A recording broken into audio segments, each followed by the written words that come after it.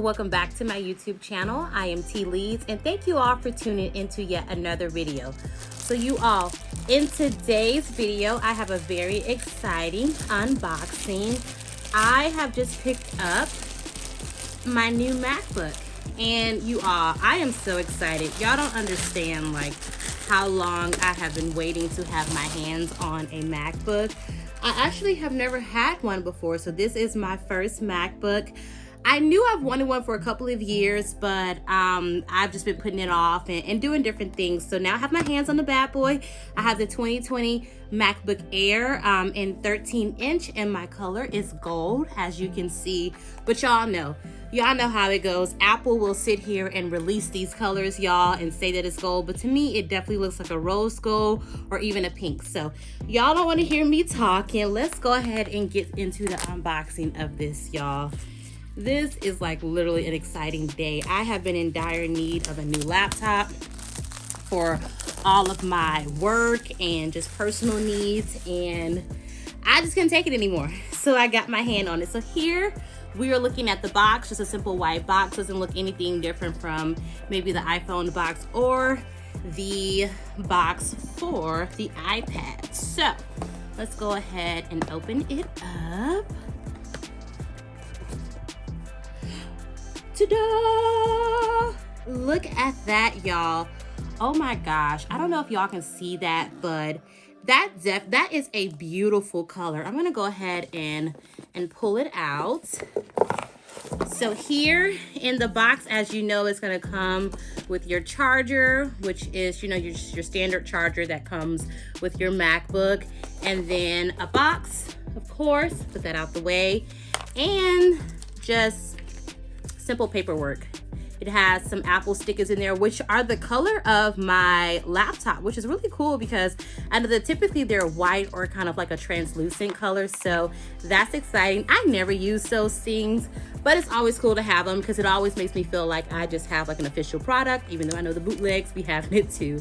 Let's go ahead and rip this paper off. So this is marketed as the thinnest and the lightest MacBook Air to date.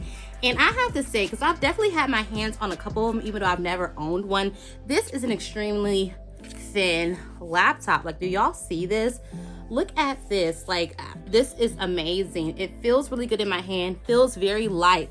I literally do not feel like I am holding a laptop, which is a lot to say because my old laptop is a Toshiba, and y'all, that thing was super heavy. Felt like I was carrying a desktop around.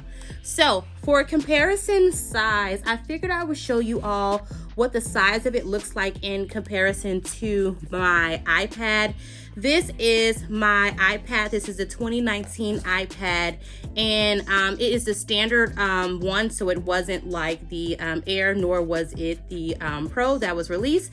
It's a standard one, but my computer is 13 inches, and I wanted to show y'all this because I watched a lot of unboxing videos, and one thing that I noticed is that I felt like the laptop looked a lot bigger in the video. So I wanted to show y'all, like, this is literally how it looks in comparison to an iPad. It definitely is bigger than an iPad, which is why I got my hands on it, but it's not that much bigger. Let me put it on top so y'all can see too. It's not like huge, right? I don't feel like this would be a high jump up. My iPad's probably a little bit dirty on the back, but yeah. So let's go ahead and open this bad boy up and get into how to set it up. Okay, y'all, so let's go ahead and rip off this and put it to the side, and let's go ahead and get it set up. One thing that I wanted to say is this feels very comfortable for my hands.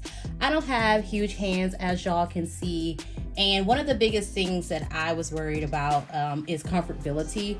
I know that I normally work off of my iPad, but I typically like to be comfortable when it comes to typing, using the trackpad, and different things like that. So I was super excited to, when I played around with this at the store, know that this is very comfortable for me. I feel like as far as like, you know, placement of my fingers, everything feels very comfortable. So if you're trying to decide if this is too big for you or too small for you, I know some people prefer the 11-inch MacBooks. Definitely see at the store if this is going to be a good fit for you. So let's just go ahead and get started. So we can go ahead and choose that my language is going to be English, because I speak English. I speak a little Spanish, but really English. Let's go ahead. So we'll, look at me, I'm acting like I don't even know how to get in, y'all. So we'll choose English. This is really exciting. All right, so I'll probably speed this up at some point, but I definitely want to see. It's just like really setting up any Apple device, I would say. You just got to answer the basic things, connect yourself to your Wi-Fi. So I'll go ahead and find my home Wi-Fi. Okay, so now we are at the migration assistance, basically telling me if I have a Mac or other type of like backup that I can go ahead and transfer that information onto my MacBook, or if I have information from a Windows PC, which I am coming from, I can transfer that information. Honestly, for me, there isn't any information that I want to transfer. Again, I want to start this computer fresh. I know a couple of things that I'm going to just download straight onto here, but there isn't anything that I really want to, transfer. So I'm just going to say not now, and then, go ahead and log in with my Apple ID. So I'll go ahead and put my information in. Okay, so we're at the point that I have put in my Apple ID information. So I'm just going to go ahead and click agree and go ahead.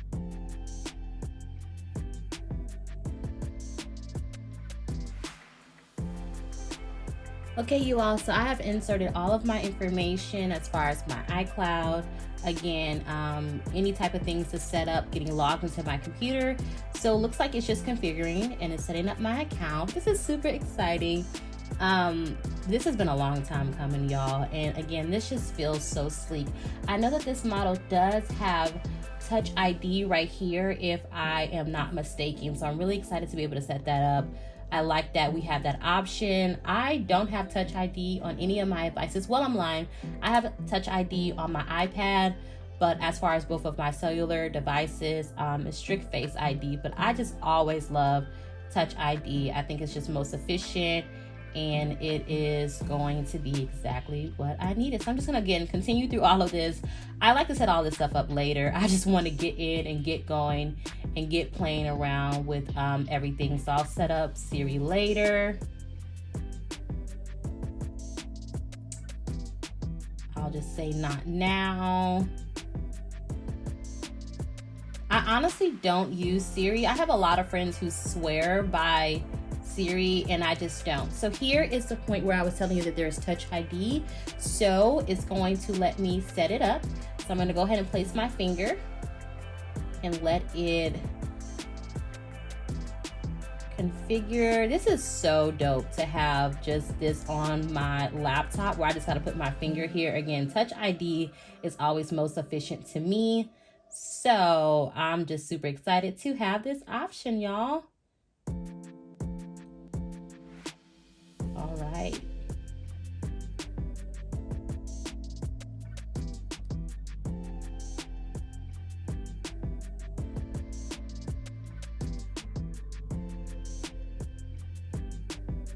While this is doing that, I was reading a funny story on Instagram the other day that some people are getting upset at Face ID because their twins are unlocking their phone. But then some people were saying that my twin doesn't unlock my phone. So there was like basically a battle of the twins and like who can unlock their twins' Face ID. And I'm just like, must be some stuff going on there that some twins can't and can't. Okay, so it just asked me to add my card for Apple Pay, and I went ahead and added that off screen.